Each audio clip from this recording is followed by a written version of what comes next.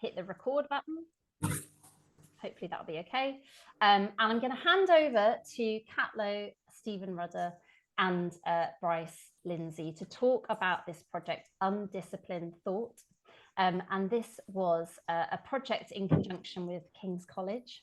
And I'm going to put some bios in the chat. So the team will introduce themselves properly in a second, but if you want a bit more detail, the bios will be in the chat. And London Arts and Health will also publish a news story about this. So if you want to have more access to the artists, the researchers presenting today, and the film from the project as well, that will go on our website.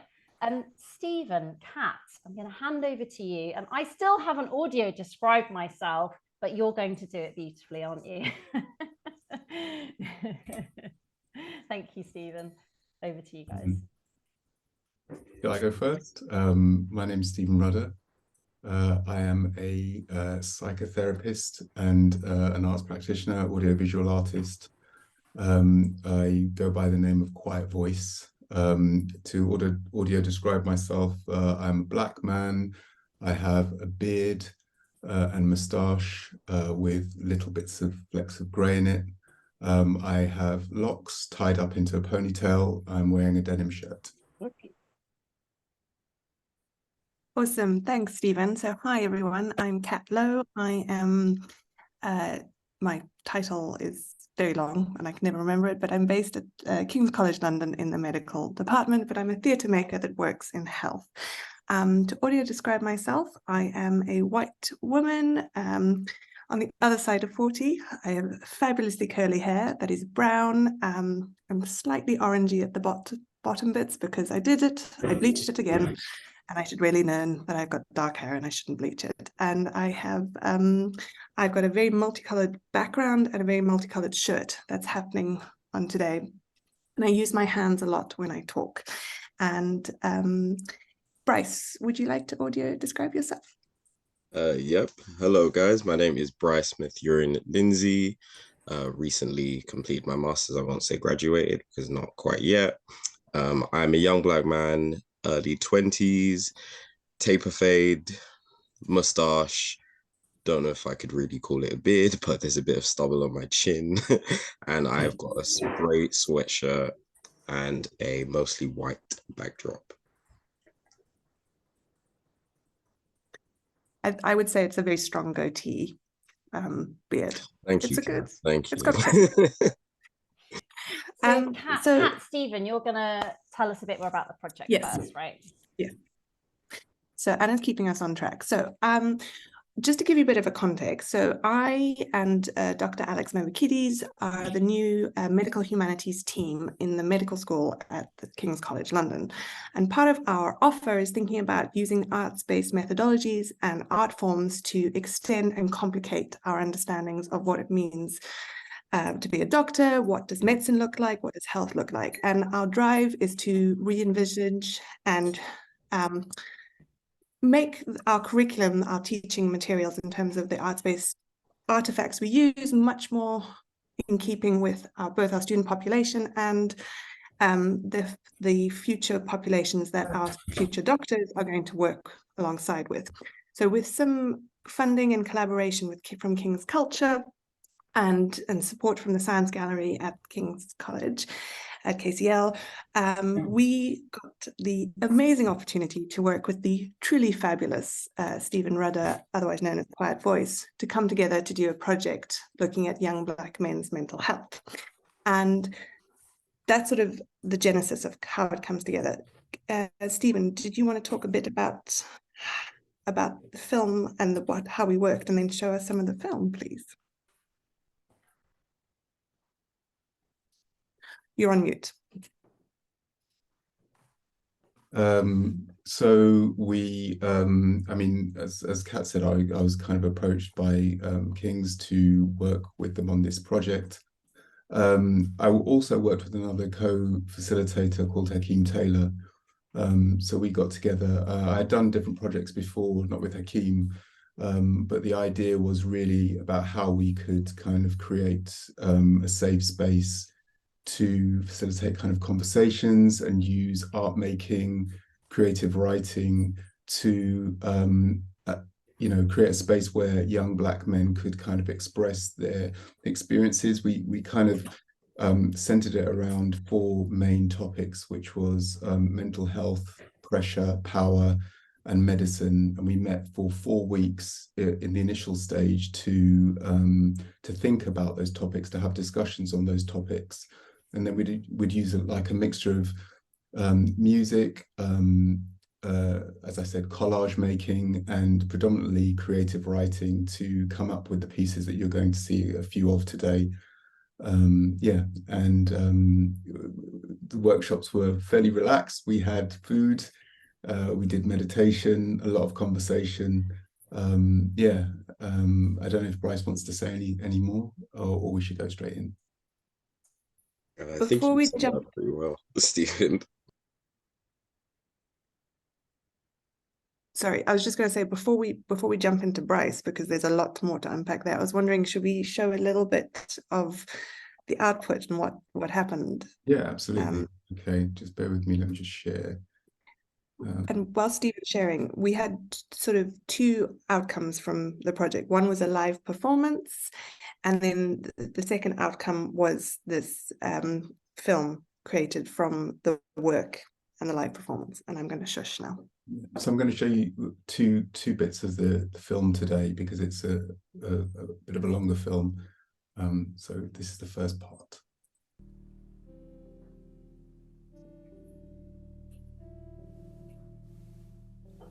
In order not to lose my mind, in order to mind my business, in order to mind my mental, in order to mind my mind from under rocks and boulders, I find this essential. Vertigo standing on shoulders, stories landing from olders about being stranded on islands, hands in school folders.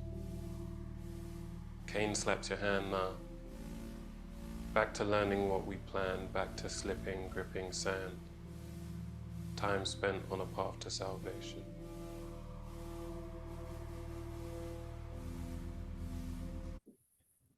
And the other part, which is a bit later on in the film, is this.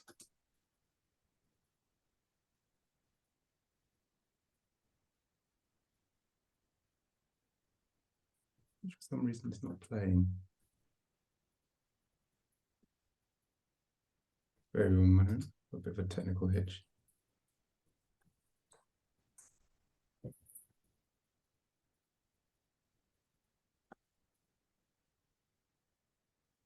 So there are 4 parts to the film. The first one's called mental health. The second one is about power. The third, pressure. And then the fourth is this one.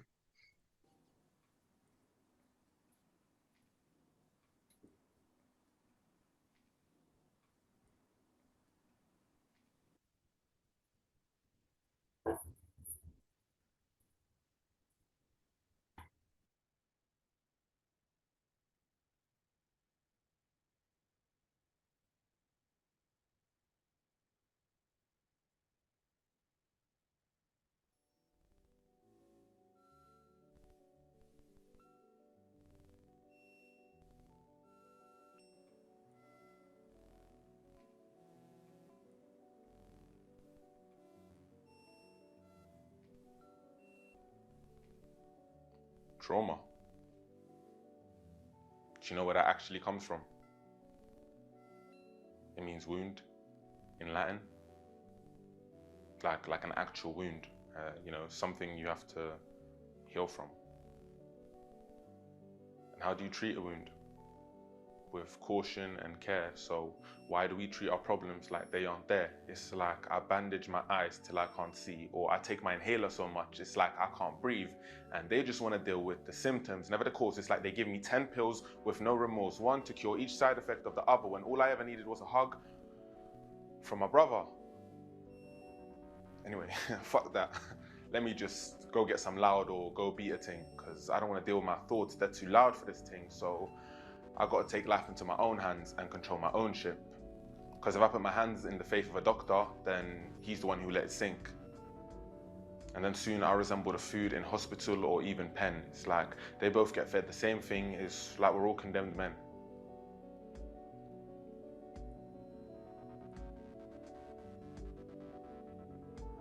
I don't believe that medication is the solution to all mental health. Some just need to be referred to therapy, or even get recommended to places full of activities they are currently into, such as music, art, film, which can then help their way of thinking on life and the mental state they were in.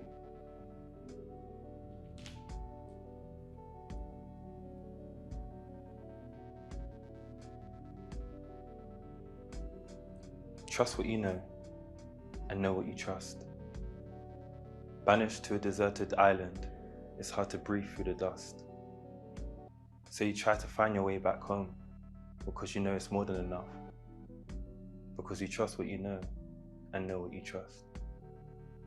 The heat hits your wounds, water whips your sores, the leaves boils your bruises till they lead no more. Imagine a world where you can rely. Take me to a world where you can trust.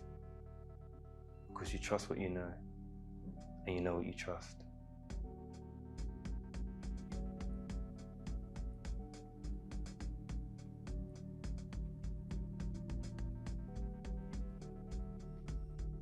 So I'm feeling weird.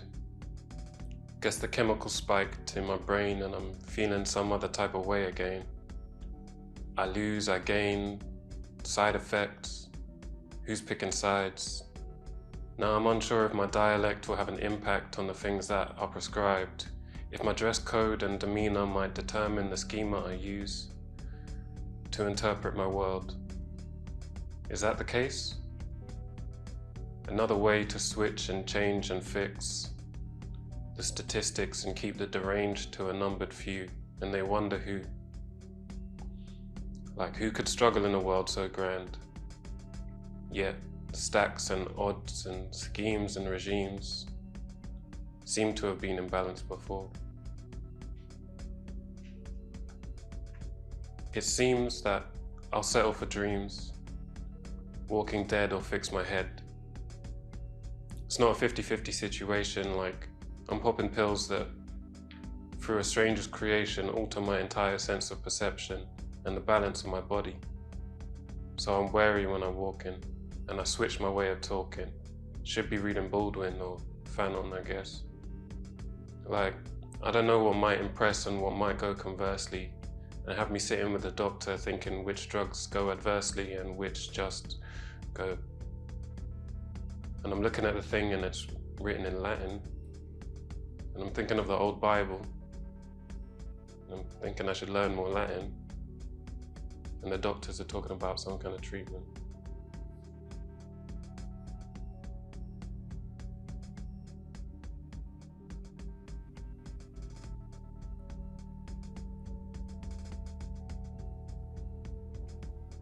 Less grey smog in the sky might be enough to change my mind. More trees will better enable me to breathe. Less academic and career stress may offer my brain and limbs a much needed rest. Transform society at large and you'll heal my heart. What's to be your cure when the world makes you sick? A pill, a herb, a prayer, or meditation? I'm sure if you asked my fellow black men, they would say any one of the above. If you ask me, I might say all. But if you ask me about preventative care, I might say none. I might turn and point my finger to the culprits that steal good health away from so many. Those that increase susceptibility, the underlying causes, the wider context, the unexamined background. You'll find them in the amalgamation of your environment, society, and economy. They're not imperfections in this mechanical system, rather, the very nuts, bolts, and cogs themselves. It is only in dismantling this machine that you will find true preventative care.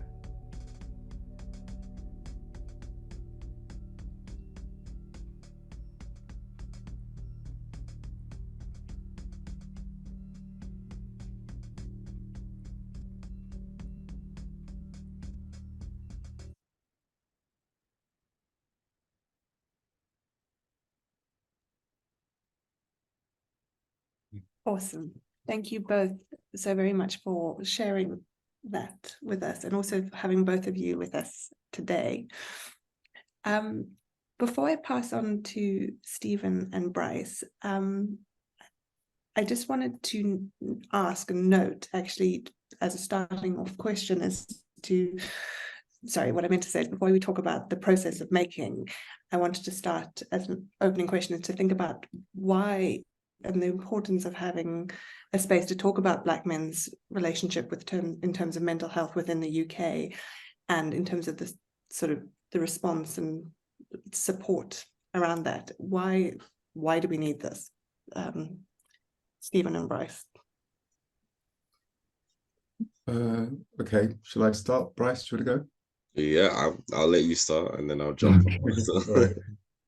I suppose from my own perspective, it's really, kind of looking at the relationship that Black men have, or the interaction that Black men have with mental health services, and really in society in general, is that there's an idea of Black men that isn't really true or real as such. And what happens is that Black men aren't kind of offered spaces to talk, or safe spaces to talk about what might be going on. I work at Maudsley, and generally you see Black men in inpatients rather than outpatients, and that's for a lot of reasons. But predominantly, I think, is because there's not a space where Black people, but also Black men, feel comfortable to be able to really speak about what's going on inside their minds as such. And so creating this kind of space, or finding ways to create safe spaces so that to have those kind of conversations. I mean, it's often said, I've heard it's often said that, these services they don't work for certain populations, but having these kind of spaces, for me, like a creative space, but also a space where all of us can kind of talk about our experience, and kind of sharing that experience is really important to maintain good mental health. And I think that just goes generally. A real difficulty is if you're going to hold things in and feel isolated in holding that in, then that's not good for your mental health. And when you're in a system that forces you to do that in many ways, then that's going to have some impact on the figures that we see. Stephen, you wrapped out perfectly, but sort of to reiterate, and coming from a non sort of psychotherapy perspective, and my perspective being sort of purely anecdotal and based upon the Black men that I know in my life, friends and family, you're battling not only the mental health, which we all battle regardless of the demographic we're in, but you have that battle compounded by sort of navigating a society as a minority, a deeply misunderstood minority, and then having that misunderstanding layered with all of these stereotypes that you may or may not fall within, and that often means that not only is the treatment that you're receiving sometimes not up to par, or not applicable to you, but it means that you often don't even want to seek out that treatment because you're so worried and oftentimes reasonably about the kind of response that you're going to get. And I think the Undisciplined Thought as a project and spaces like it break down some of those barriers and provide a space where you're not scared or apprehensive to open up yourself emotionally in ways that you would be if you were to walk into a regular therapist's office, particularly if it's a therapist that isn't of the same demographic as you. So I think Undisciplined Thought has immense importance. Going off what Bryce was saying, thanks, Bryce. The idea about being stereotyped or fitting into a stereotype or not. I think one of the things that's really important about this project, or to recognize about this project, is there were you know, the guys that were involved in it were from very different walks of life. You know, what was common is that, you know, we all live in London, basically. But all very, very, very different in terms of, you know, their kind of views and very different characters. And I think that that's really important because very often, you know, you're seen as a kind of monolith that, you know, as a Black man, you are, you work in this way, you talk in this way, you're expected to come from this kind of background, this is your kind of educational attainment, all those kind of things. But we had a whole range of different young Black men working on these projects, and I think that's really the kind of beauty of it, really, to sort of show those kind of reflections. So when you go into services, it's really important that people in services understand that they're talking to an individual and not a Black man as such. Yeah. And that, correct me if I'm wrong, Stephen, but that wasn't even intentional. It just so happened to be the case that we were like wildly different in so many ways. It wasn't like you intentionally made sure that like some were public school educated and some were private, and some were of this ethnicity in that age group, and etc. etc. It just so happened that we were all I mean, different from each other. It happened, but at the same time as well, I think no matter what group, because the way that we recruited was to put a call out. There are some people that I'd worked with before, you know, some people that I encourage and so on. But I think that it doesn't matter what group that you put together, you know, they would come from their own unique perspective. And I think that's was something that we really kind of pushed for, and we were always going to push for throughout the workshop, is that, you know, you don't have to feel that you have to, you know, be speaky spokey or kind of, you know, behave in a certain kind of way, you know, whatever you brought. You know, there was one person who maybe wasn't really into poetry so much, do you know what I mean? But still had so much to say. So writing a story for him was a way that kind of worked for him in order to deliver what he wanted to say. And for us, for me anyway, it was kind of different, because whereas usually, you know, I work with a kind of established poet, which is good in its own right. This time it wasn't so much that way, and the focus was more on just on the experience of expressing yourself, no matter what that was. It wasn't about getting anything right. It was about the expression and taking what is inside and putting that out, and actually celebrating that in the form of a performance and in a film. So yeah. I'm going to jump in here and just ask a bit, if you could talk to us a bit about the process. So how you came together, what did you do, and having been able to occasionally sit in on tiny moments of what I would say as an outsider, the space of a kind, careful, celebratory, and it was such a calm space when I came in and just met everyone. And I just, as a way of working, it felt like a very held space. And I was wondering if that's something you might be able to talk to Bryce and then Stephen to hear a bit about the journey of the project as a whole. Stephen, do you want to talk about how, I guess, you put it together, and then I talk about kind of what we did throughout the session? Talk about what you did, and I'll reflect you. Okay. See, this is where you guys test my memory. A lot has happened since. So the first 4 workshops, I believe we came together, we dedicated each workshop to a particular topic, that being mental health, pressure, power, and medicine. And from my understanding, we would come in, greet each other, have about 3 to 5 minutes meditation so we can unwind and rest, feel the space that we were within.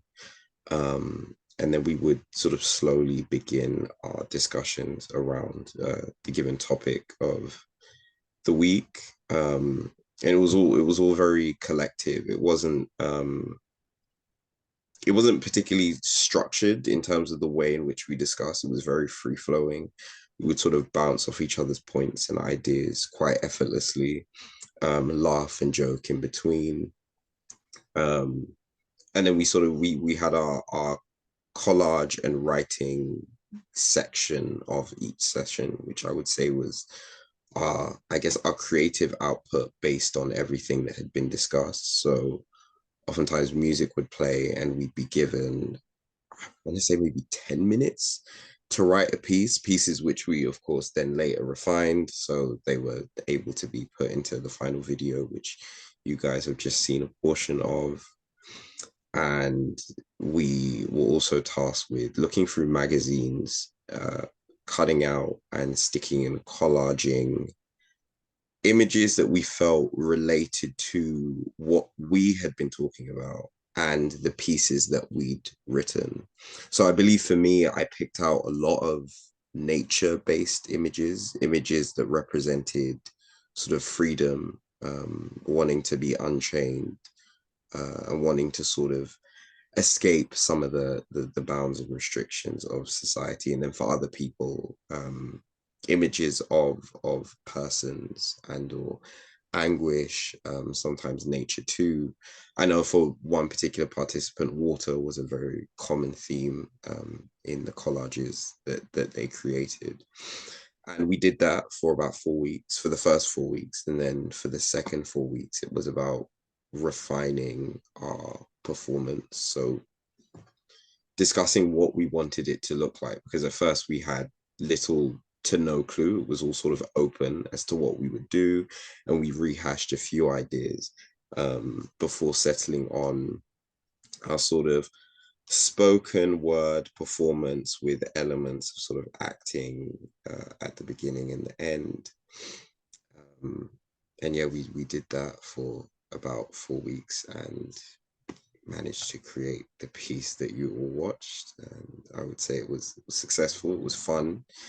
It was fruitful, but it also it bred friendships and closeness, which I didn't expect it to, honestly, coming in. I think the only thing that I'd add to that, Bryce, was really, well, I suppose when Hakeem and myself, we came together and we were thinking about the, you know, how the workshops are going to go. It wasn't really, as Bryce said, it wasn't so fixed so much as though although you were kind of creating a space where you almost had to get in, do you know what I mean, could recognize that people are coming from different places and sort of, you know, allow people to kind of decompress and be in that space and be present. And then also the get out, which was, you know, whether or not we're, you know, going over what we've experienced in the workshop, the thoughts that we're going to take away with us, but also where we're going next, just to sort of decompress in that way. And then also, you know, in other times, you know, for medicine, for instance, some of these conversations were really, really heavy. And, you know, just to have a session where we went around and said, my medicine is, and that could be anything. And then, you know, it could be from, I don't know, your mum's chicken drumsticks or whatever it is, do you know what I mean?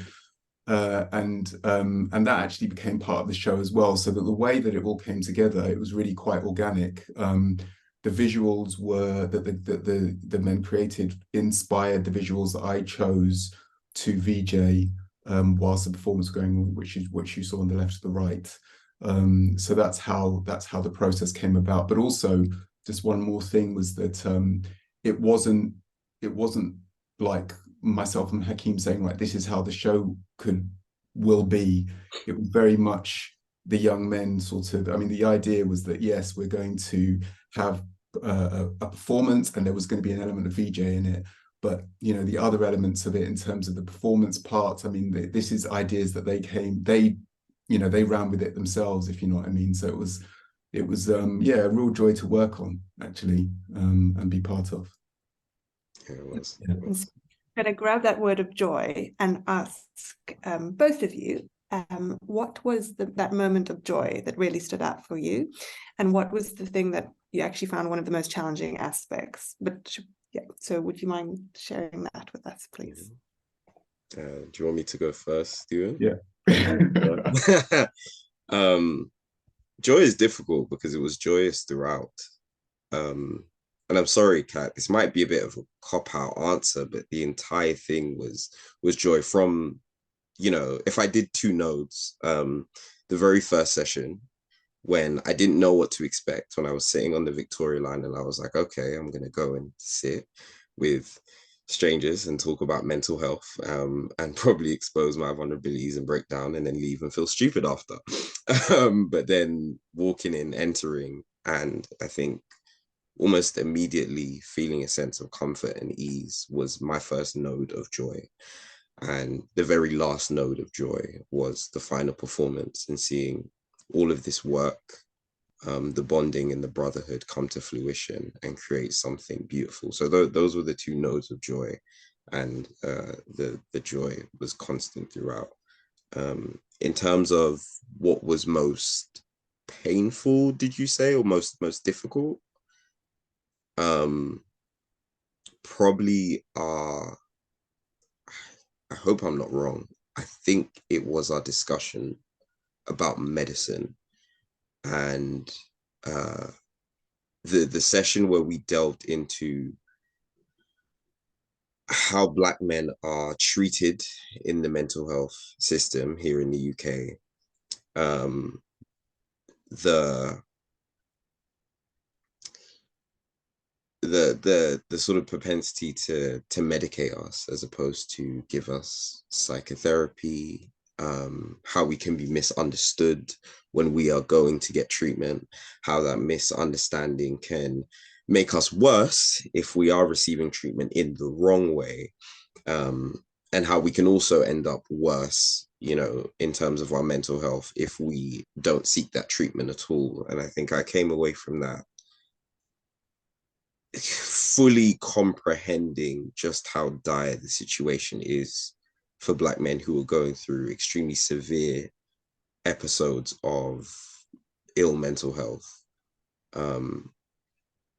And the reality that, you know, even when you seek help, you can actually end up being inflicted with more pain. That was quite hard, especially because I was then led to think about Black men who I know who have actually gone to seek help and who've not been given adequate help, and which made them worse, as well as Black men who deeply fear reaching out for help for those very same reasons. So I think its connection to the people that I know in my personal life made that a very difficult session to sit through. It was quite difficult after. I had to take an entire afternoon to properly decompress and let some of that wash over me. That was probably the most difficult point throughout the sessions. But Stephen, I'll let you talk about your joy and your difficulty. Different points, I think, because yeah, for me, working in mental health, I think you tend to sort of know these things, although, you know, what Hakeem was saying is still very poignant today. I mean, I was just looking at something this week about Shaney's law and what happened around Shaney, and, you know, the tragedy around that, which still kind of was really deeply upsetting, doing a training on it, even though I knew, if you know what I mean. But in terms of this project, I think, you know, the joy, first of all, was working with Hakeem Taylor. It's the first time I've worked with him, and it was really, it was just really lovely to work with him. It was there's no ego, it was just that we were just really passionate about, you know, creating this space, and that was, I would love to work with him again, and I know I will at some point. And also working with the young men. I mean, you know, me and Hakeem would sort of sit back and go, God, this is such a great group. It's such a great group, because they were all very, very different. But they kind of gelled. We had one really beautiful picture at the end where they were kind of, guys were just, you know, in the science gallery, kind of, you know, around the top, kind of chatting, and it was just really, really, really great. So that was like a real joy. Just being part of the project was a joy. The difficulty, and I think with all projects, was really the recruiting. You know, you know, there's always a kind of, as Bryce was saying, there can be a real reluctance to, you know, participating in these projects for various reasons, for various histories and all that kind of stuff. So it can be difficult sometimes to recruit, and then you got to think about things like, where are you holding the workshops? What does that mean to people who does, I mean, you know, we did a lot of the workshop, and I've got a shout out to the BCA as well, who gave us the space to be able to do the workshops. Thanks, Kat. At the, you know, the first workshops anyway. But, you know, even then it was like, okay, well, that's in Brixton. There was a couple of people who wouldn't go there because of they might be seen, and that would be problematic. So it was a real kind of juggling as to, you know, trying to get people to really to be involved, and feel safe to be involved, you know, talking about these things as well. So that's always a bit of a difficulty. Yeah, but you know, thankfully we managed to get a great group of guys together. So yeah. Thank you both. I think Node of Joy is actually the best expression ever, so I'm borrowing that. Thank you, Bryce. It was a node of joy. It's lovely. And I would like to echo just such a joyously wonderful group of human beings. Like, as a group of young men, like you were, it was just so lovely to just to dip in. And I think the one thing I did want to say about the process, and I think we should flag, is in your creation, Stephen, with Hakeem, was really thinking about making it a closed space and the importance of it being a closed space, just for young Black men to talk about it. So there's something about having these spaces and being specific. One part of the project we'd originally hoped for was to have young Black men who were studying on the medical degree to come in and be part of the project. But again, recruitment for us was very tricky. There was a timing thing. So in a future iteration, I think that would be really interesting to be able to bring that in. But actually, part of me feels that the fact that it was so closed, and that actually was really important as a starting point. And yes, sorry, I got distracted. Sorry, dyslexic brain today. And very little sleep. But yeah, I did want to note that node of joy, and that I think huge kudos to both Stephen and Hakeem for holding a space of welcome, of calm, of you are here, and it's, yeah, and I think very much sounds like that's how it was experienced from you, Bryce. And is this the time where I hand it back to you, my love? Sure. So I'm going to just hit stop on